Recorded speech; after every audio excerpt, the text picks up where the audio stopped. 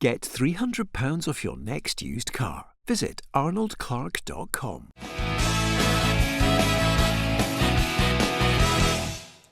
Welcome to Peter and Roughie's football show here on PLZ Soccer's YouTube and Facebook channel. Alan Rough and Barry Ferguson are with me here this evening to talk football, and of course no shortage of controversy as ever on the show.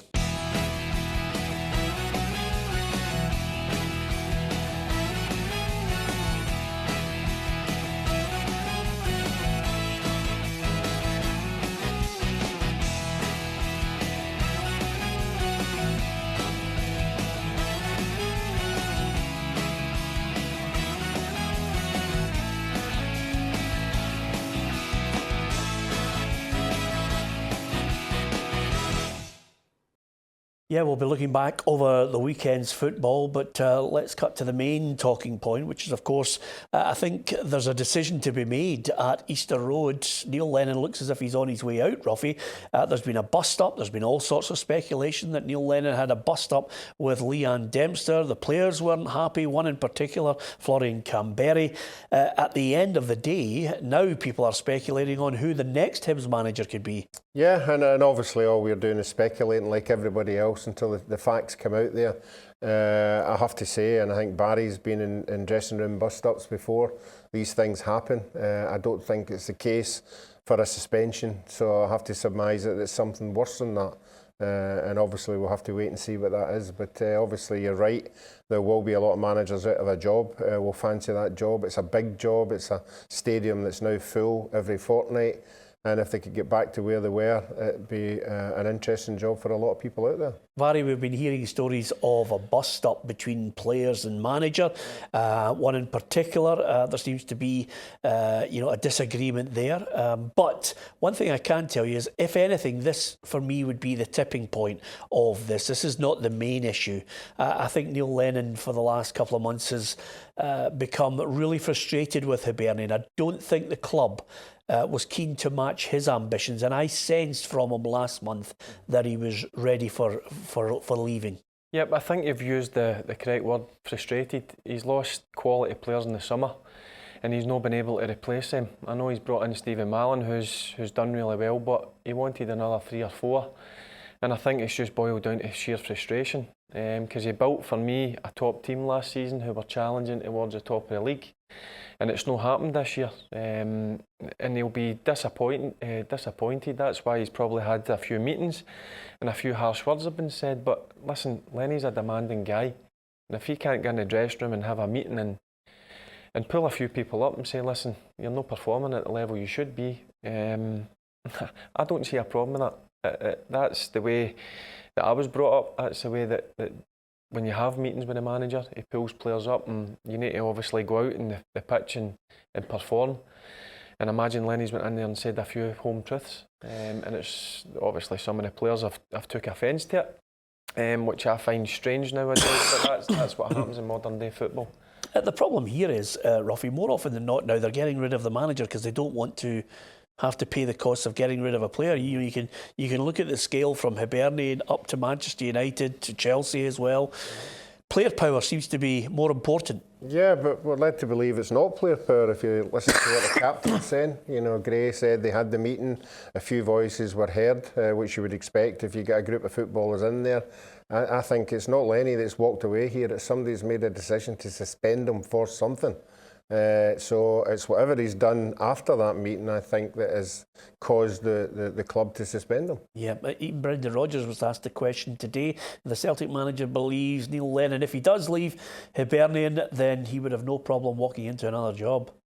Well, obviously you're always disappointed, and of course there's no resolution yet to the situation. Of course you're always sad, but I know Neil pretty well, and I know how good a manager he is, and what he puts into his life as a football manager. What a very good tactician he is, and the thing with Neil is he's not interested in being second best. He's been in the game for all his life as a player and as a manager and coach to be the best that he can be.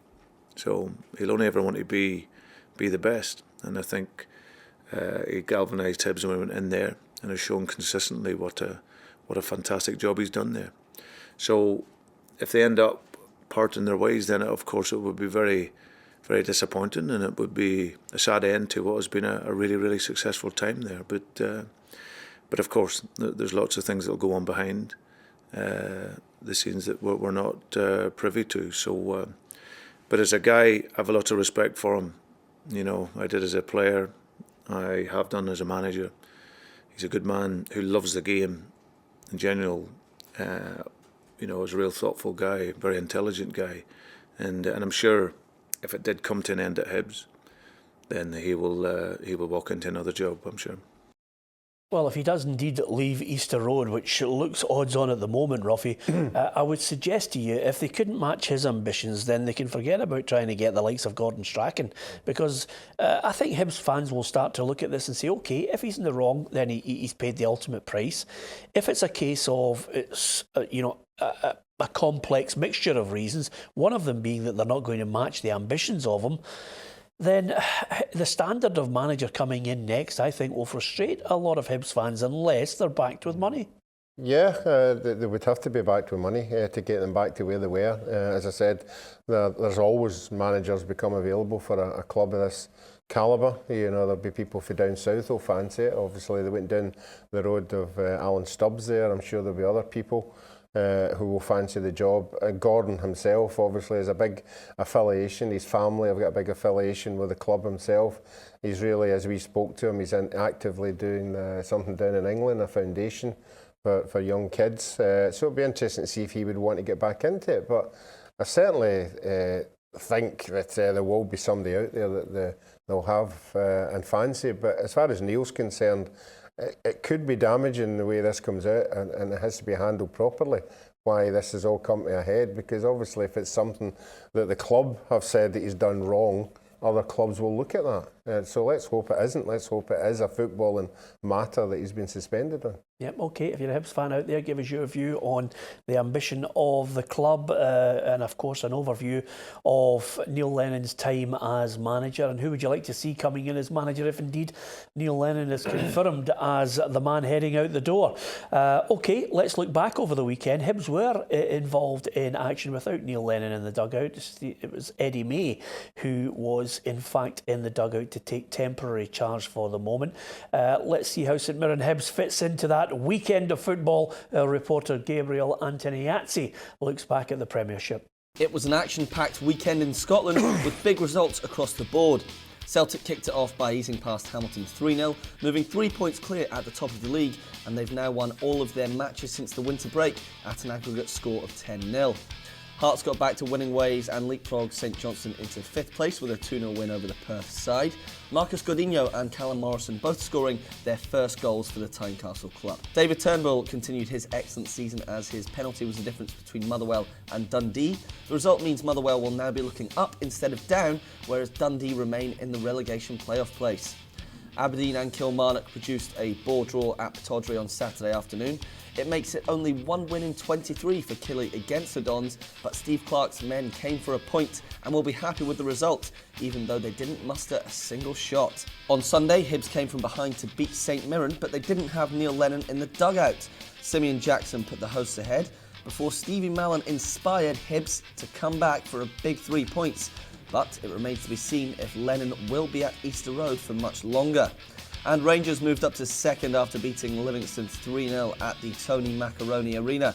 Ryans, Jack and Kent both scored before Morelos got his 13th league goal of the season, prompting a small pitch invasion from away fans. Yep, well, it was the point of some hilarity because it's a long time since anybody's wanted to invade the pitch for a win over Livingston, Barry. But the key issue here, I think, for Steven Gerrard is quite simply back to winning ways after that disappointment against Kilmarnock. Yeah, the biggest thing for me was he got a reaction. That was plain and simple.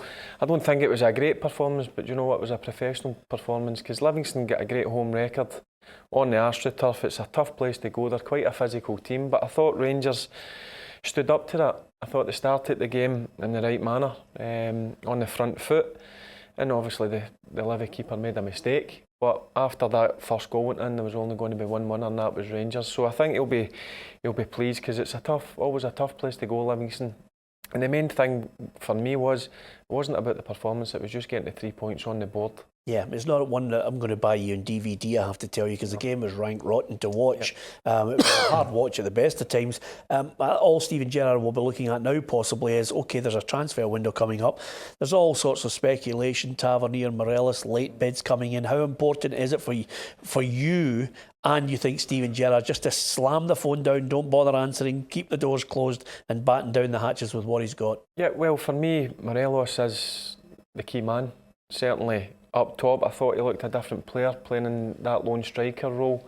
I thought Rangers went with obviously a different formation to what they did against Kilmarnock, and I thought that it suited them both with both of the wingers. But they didn't play on Wednesday night against Kilmarnock, so I'm sure he'll be eager to keep him. But listen, if a crazy bid comes in, everybody's got their price. If a crazy bid comes in, they need to consider it. But for me, he's got to stay if they want to challenge Celtic for the league. OK, and at that point, there's only 3 points between the two teams at the top of the Premiership.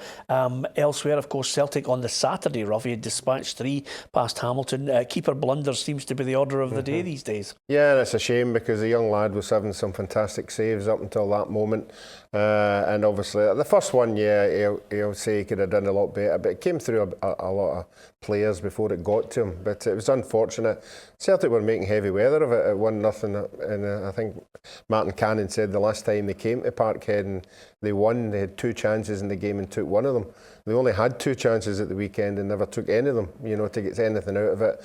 In the end, I think it was just one-way traffic and just a matter of time before Celtic got the second and third goal. Yeah, still no movement at the moment on the transfer, possible recruitment of a right back for Celtic, but Brendan Rodgers getting ready for Wednesday's game in hand against St Johnstone at Celtic Park gave us an update on possible in and out. Of course, one of them, Lewis Morgan.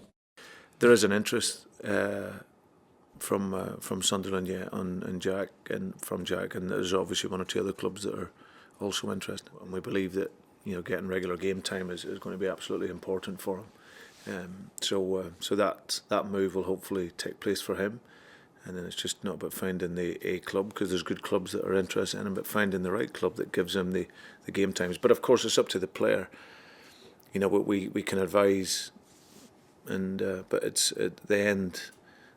Decision is with the player, especially at the age they're not 16, 17, 18, where you're sort of shepherding them down a route. He's in his early 20s. He's man enough now, and all you can do is present the options for him, and then ultimately it's where he's going to play. Would you expect any players in Black Thursday? Maybe there might be.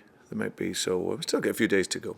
You said you were hoping that Harry and Shved would arrive at the start of this week. Has there been any movement on that one already? Yeah, I think there's a medical that's going on today, so hopefully over the next few days that can be organised, and then he'll come back to here and we'll have a look and talk through what his development plan would be, and then go from there.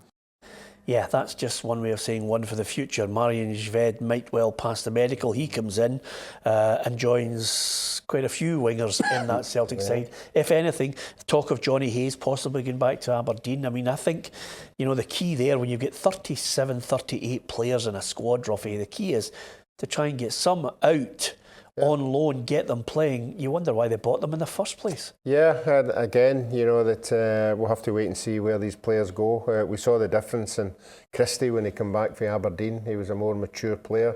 But if that's what Celtic want to do, flood the other teams with Celtic players, and that means when you come and play Celtic, they can't play against them, and it makes it a lot easier. Yeah, OK, that's a tremendous insight from Roughie there, as if we didn't know.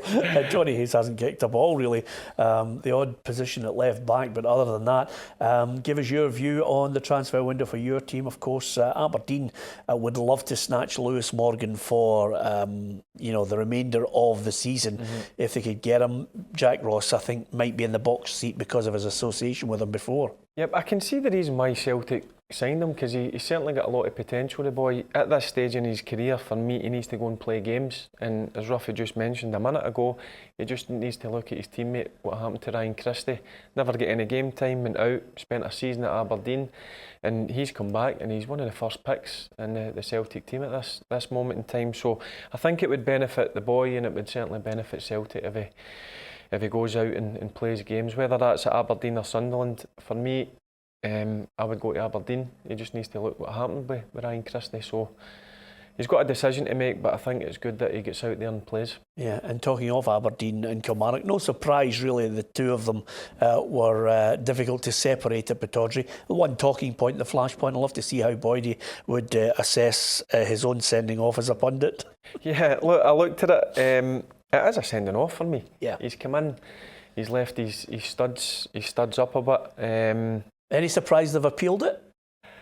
No, listen, that's what happens nowadays. I think anybody gets sent off is going to appeal. I can see why the referee sent him off. He's lunged in, he's not that type of player, Boydie, but for me, I can see why the referee sent him off. Yeah, you see him winning the appeal, Roughie? Nothing would surprise me with the tribunal. You know, we know the voting goes.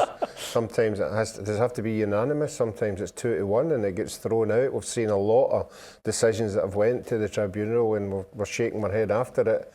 It's worth an appeal, but I agree with Barry. I don't think he went 100% into hurt Shinnie. I think he lunged in and it was too late to pull out of it, and unfortunately for him there was contact. If there hadn't been contact, he might have got a chance of having a look at it, but no, not for me.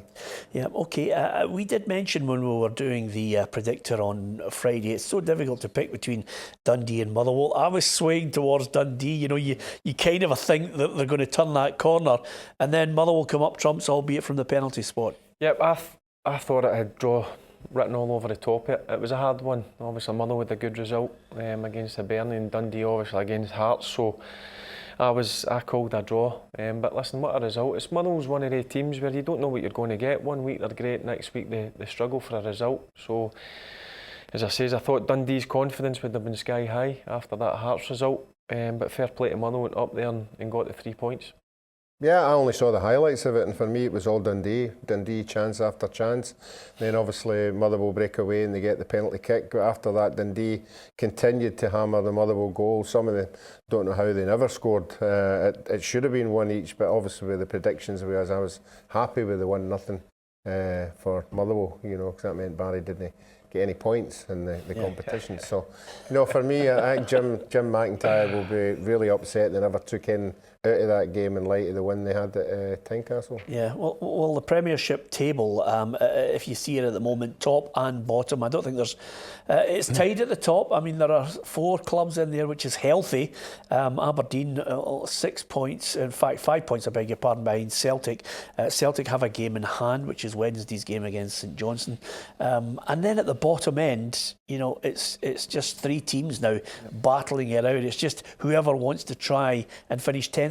I feel for, you know, Martin Canning, because he's getting it in the neck at the moment from all quarters. Nothing that he's achieved beforehand is being taken into consideration. Yeah, but it's a hard one from he's kept him in the division for a number of years now, and that's what the board will say at the start of the season. As long as we stay in the Premier League, he's having a tough time. The fans are giving him a bit of stick, but I'm looking at the bottom 3 and I've just got a feeling that Dundee with Jim McIntyre is now starting to... I know they lost at the weekend, but he's a guy that I rate highly. I think and he's made a few signings as well. I think it'll be between Hamilton and St Mirren. Yeah, and everybody else is just vying for mid-table. I don't think there'll be in any great difficulty. I mean, St Johnstone, Tommy Wright has mentioned that he's confident he can hold on to the likes of Jason Kerr. The last thing you want to do in this window is start to lose key players, Roughie. Yeah, particularly the run they've been on. I mean, that's the first time they've lost goals, you know, at the weekend, and they were on a tremendous run there. So, yeah, he won't want to lose anybody because his squad won't be that big. It's amazing what happens when you have Stevie Naismith back in the Hearts side, Roughie, isn't it? I mean, it's just a total transformation from them. Yeah, he never scored, but he was everywhere. You know, he was linking up, you know, halfway line, he was making runs, he was bringing people into the game, had a couple of shots himself, right enough, but he looks a big player for them. Yeah, let's have a look at the score predictor, because obviously I'm out in front. I feel confident. I don't want to be arrogant about it, Roughie, but I just can't see you catching me, unless, of course, as I suggested to you before we come on here, unless maybe you come in one day, just aggressively belted me over the head with a baseball bat, and then I wasn't able to predict anything. But Barry, looks as if you're still my biggest danger. Yeah, I've got no worries about Roughie. Yeah, I've got no worries.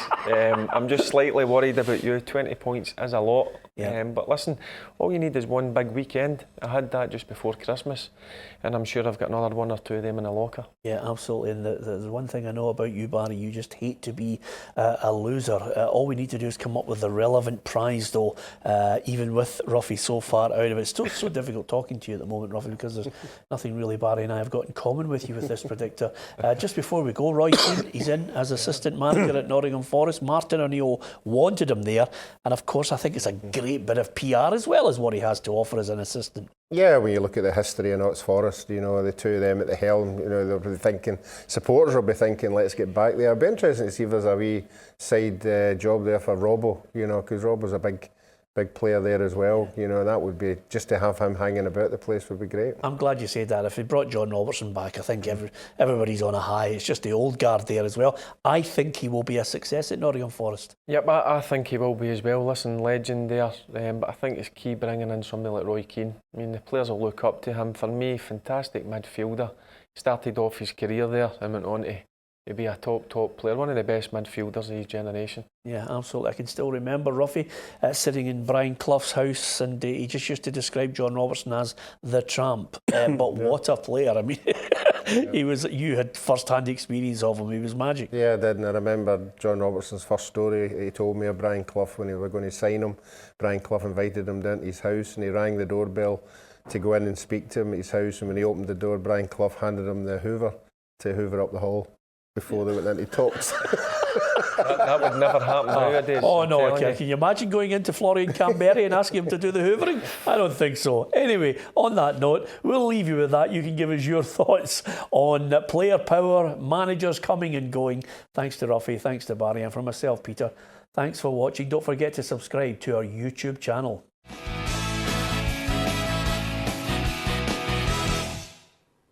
Get £300 off your next used car. Visit arnoldclark.com.